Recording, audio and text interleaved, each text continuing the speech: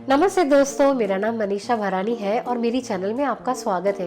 गेहूं का आटे को छानने के बाद ऊपर जो थूली मिलती है, जिसे आप क्रस्ट व्हीट भी कह सकते हैं, उसे हम अक्सर फेंक देते हैं। पर आज मैं आपको उसमें से बहुत ही बढ़िया बिस्किट की रेसिपी सिखाने वाली हूँ। ये जो थूली होती है वो बहुत ही फाइबर रिच होती है और उसमें से हम बहुत बढ़िया बिस्किट घर पे आसानी से तैयार कर पाएंगे। ये बिस्किट बहुत ही खस्ता और बढ़िया तैयार होते हैं। तो चलिए गेहूं के आटे के खस्ता बिस्किट बनाना शुरू करते हैं। बिस्किट बनाने के लिए पहले गेहूं का आटा छान लेते हैं। ये देखिए दोस्तों, आटा छानने के बाद ये ऊपर जो बच जाता है, जिसे हम गुजराती में थूली कहते हैं, उसमें से मैं आज आपको बिस्किट सिखाने वाली हूँ, जिसे क्रश्ड व्हीट पाउडर भी कहा जाता है। हम उसमें से बिस्किट बनाने वाले हैं जो बहुत ही हेल्दी हैं। दोस्तों, हम इसे अक्सर फेंक देते हैं, पर इसमें से जो बिस्किट और रेसिपीज बहुत ही बढ़िया तैयार होती हैं। दोस्तों, जो ब्रोकन व्हीट आते हैं वो बहुत ही बड़े दाने वाले होते हैं, पर ये जिसे थूली कहते हैं, हम इसे अक्सर फेंक देते हैं, पर इसका उपयोग करके बहुत सारी रेसिपीज तैयार होती हैं। ये फाइबर रिच इंग्रेडिएंट है। मैं जब भी आटा छानती हूँ, इस प्रकार से जो थूली होती है उसे एक अलग डब्बे में जमा कर देती हूँ, और जब मेरे पास वो डब्बे में प्रॉपर जमा हो जाती है, उसके बाद में उसमें से रेसिपीज बनाती हूँ। मैंने सारे गेहूं के आटे को छान लिया है और उसमें से जो मुझे मिला है थूली, वो मैं उसमें से आपको बिस्किट सिखा देती हूँ। अब हम मिश्रण तैयार कर लेते हैं। मैंने एक बोल ले लिया है और उसके अंदर मैं 4 टेबलस्पून घी ले लेती हूँ। मैंने यहाँ पे शुद्ध घी का उपयोग किया है। अगर आपके पास बटर है तो आप बटर का भी उपयोग कर सकते हैं। आधा कप घर की पीसी हुई चीनी। मैंने जो कप का नाप लिया है वो 1/4 कप है, इसलिए मैं इसे 2 बार डालूंगी। चीनी का नाप आप अपने टेस्ट के हिसाब से कम या ज्यादा ले सकते हैं। अब मैं दोनों सामग्री को अच्छे से बीट कर लेती हूँ।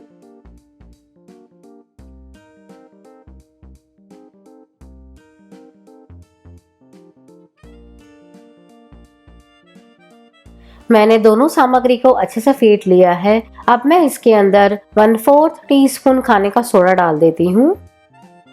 दोस्तों, हमारे घर में जो बिस्किट बनाने वाली कंपनी के पास केमिकल्स होते हैं वो हमारे पास नहीं होते हैं, इसलिए हम जो घर की चीजों में अवेलेबल है बेकिंग सोडा, वो हम डालेंगे। क्योंकि व्हीट के बिस्किट बहुत ही हैवी होते हैं, इसलिए उसे लाइट करने के लिए आपको खाने का सोडा का उपयोग करना ही होगा। इससे बिस्किट बहुत ही लाइट और क्रिस्पी तैयार होंगे। जैसे मैं आपको स्टेप सिखा रही हूँ, बिल्कुल वही स्टेप्स फॉलो करके आप इसे तैयार कीजिएगा। आपके भी बिस्किट बहुत ही खस्ता तैयार होंगे।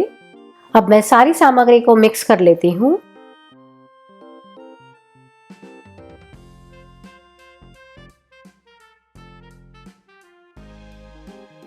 सारी सामग्री मिक्स हो चुकी है। अब मैं इसमें 1 टेबलस्पून दही डाल देती हूँ।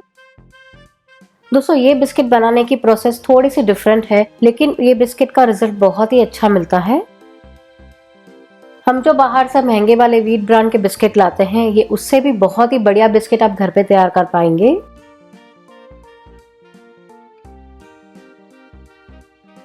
सारी सामग्री अच्छे से मिक्स हो चुकी है। दोस्तों, गेहूं का आटा छानने के बाद में हमें जो ऊपर का हिस्सा मिला है, जिसे थूली कहते हैं, वो मुझे सिर्फ इतनी ही मिली है। ये करीबन 1/4 कप जितनी है। मैंने जो मेजरिंग कप में इसका नाप लिया है वो 1/2 कप का मेजरिंग कप है, वो हमें केवल आधा ही मिला है। उसे मैं मिश्रण में डाल देती हूँ। मेरे पास जितना गेहूं का आटा था मैंने पूरा छान लिया है और उसमें से मुझे इतना ही मिला है।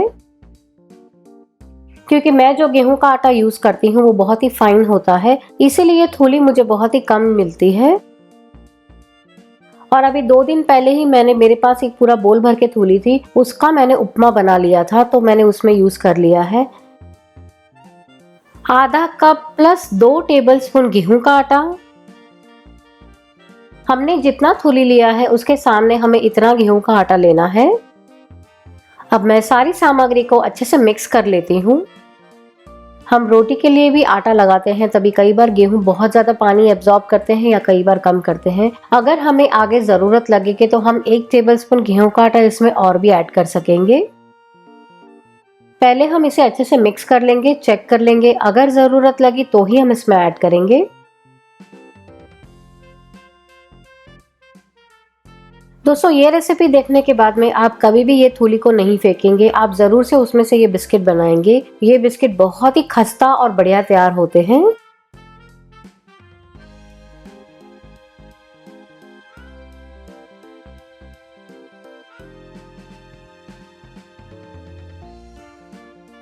ये देखिए दोस्तों, आटा बहुत ही अच्छे से बाइंड हो चुका है। इसमें मुझे कोई भी गेहूं का आटा एक्स्ट्रा ऐड करने की जरूरत नहीं है।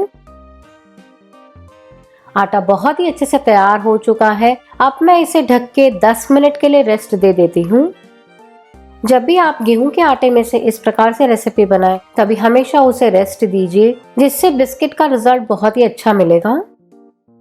10 मिनट हो चुके हैं और अब मैं मिश्रण को चेक कर लेते हैं। पर दोस्तों उसके पहले हम बेकिंग की तैयारी कर लेते हैं। मैंने एक पैन ले लिया है और उसके अंदर मैंने स्टैंड रख दिया है। इसे मैं धीमी आंच के ऊपर 10 से 12 मिनट के लिए प्रीहीट करने के लिए रख देती हूँ।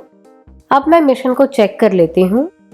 देखिए दोस्तों, काफी डो स्टिफ हो चुका है और हमने जो ये थूली डाली थी उसने भी मॉइस्चर को एब्जॉर्ब कर लिया है। मैं इसे अच्छे से मसल लेती हूँ।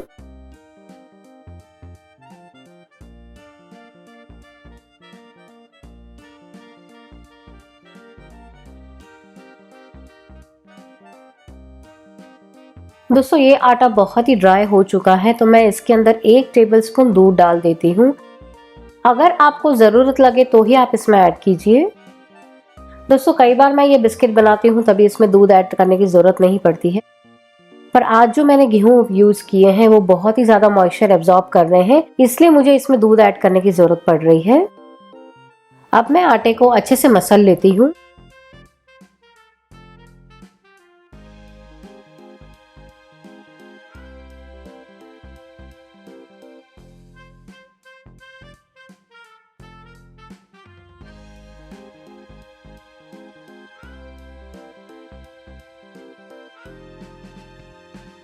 बिस्किट का जो आटा है वो तैयार हो चुका है। अब हम बिस्किट बना लेते हैं।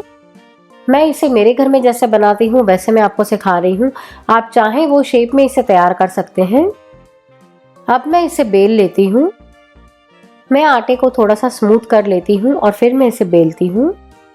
भले आटा सख्त है फिर भी मैं इसके ऊपर थोड़ा सा गेहूं का आटा लगा देती हूँ। गेहूं का आटा होने की वजह से और सख्त आटा होने की वजह से इसकी साइड्स फट रही हैं, तो मैं इसे अच्छे से सिक्योर कर लेती हूँ और फिर मैं इसे बेल लूंगी।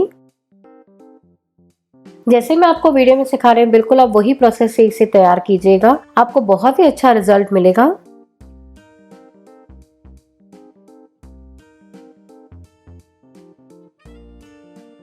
मैंने एक बेकिंग की ट्रे ले ली है और उसके ऊपर मैं थोड़ा सा बटर लगा देती हूँ और इसे तैयार कर लेती हूँ। मेरे पास ये कुकी का कटर है, आपके पास जो भी कटर हो या तो कोई भी बॉटल का ढक्कन हो उससे भी आप ये बिस्किट को कट कर सकते हैं। मैं ये बिस्किट को राउंड शेप में कट कर रही हूँ, आपको जो भी शेप पसंद है वो शेप में आप इसे कट कर सकते हैं।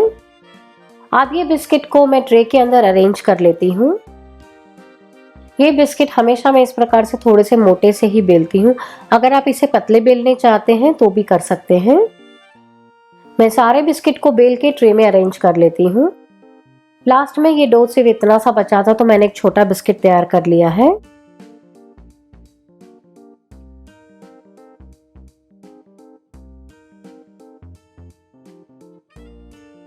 मैंने एक टूथपिक ले ली है और टूथपिक की मदद से मैं बिस्किट के अंदर होल कर लेती हूँ।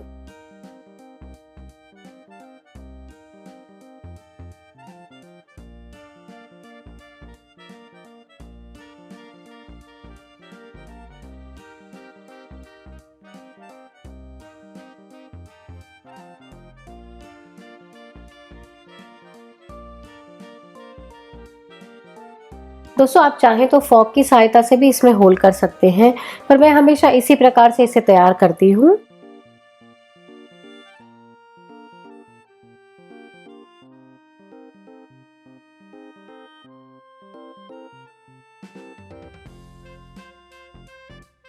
पैन भी गर्म हो चुका है, अब मैं इसे बेक करने के लिए रख देती हूँ।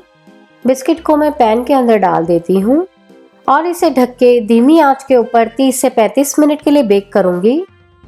अगर आप इसे ओवन में बेक करना चाहते हैं तो प्री हीटेड ओवन के अंदर 180 डिग्री के लिए 30 से 35 मिनट के लिए इसे बेक कीजिए। दोस्तों जब भी आप बिस्किट बनाएं तभी हमेशा उसे धीमी आंच के ऊपर ही सेकिए, इससे बिस्किट बहुत ही बढ़िया तैयार होंगे। 30 मिनट हो चुके हैं और बिस्किट बेक होने की बहुत ही बढ़िया खुशबू आ रही है। मैं इसे चेक कर लेती हूँ। वाओ फ्रेंड्स, देखिए बिस्किट बहुत ही बढ़िया तरीके से तैयार हुए हैं। ये देखिए दोस्तों, बहुत ही बढ़िया बिस्किट तैयार हुए हैं। ये ब्राइट कलर आपको केवल गैस के ऊपर, नहीं तो आप कुकर में बिस्किट बनाएंगे तभी मिलेगा। अगर आपने इसे ओवन में बनाया तो ओवन में बहुत ही लाइट कलर के ये बिस्किट तैयार होते हैं। बिस्किट बहुत ही गर्म है, मैं इसे ठंडा कर लेती हूँ और फिर मैं आपको दिखाती हूँ। बिस्किट ठंडे हो चुके हैं, मैं आपको दिखाती हूँ। ये देखिए दोस्तों, बहुत ही बढ़िया बिस्किट तैयार हुए हैं।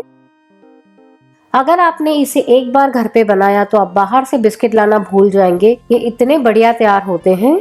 मैं आपको इसे एक तोड़ के दिखाती हूँ। ये देखिए दोस्तों, बहुत ही खस्ता और करारे तैयार हुए हैं। आप जब भी ये बिस्किट बनाएं तभी जैसे मैंने आपको स्टेप सिखाए वही स्टेप फॉलो करके आप इसे तैयार कीजिएगा। ये बिस्किट बहुत ही खस्ता तैयार होंगे। दोस्तों आज से ही जब भी आप रोटी का आटा छानेंगे तभी ये थूली होती है, उसे बिल्कुल भी ना फेंकिएगा। और इस प्रकार से हम इससे बहुत ही हेल्दी और बढ़िया रेसिपीज बना पाएंगे।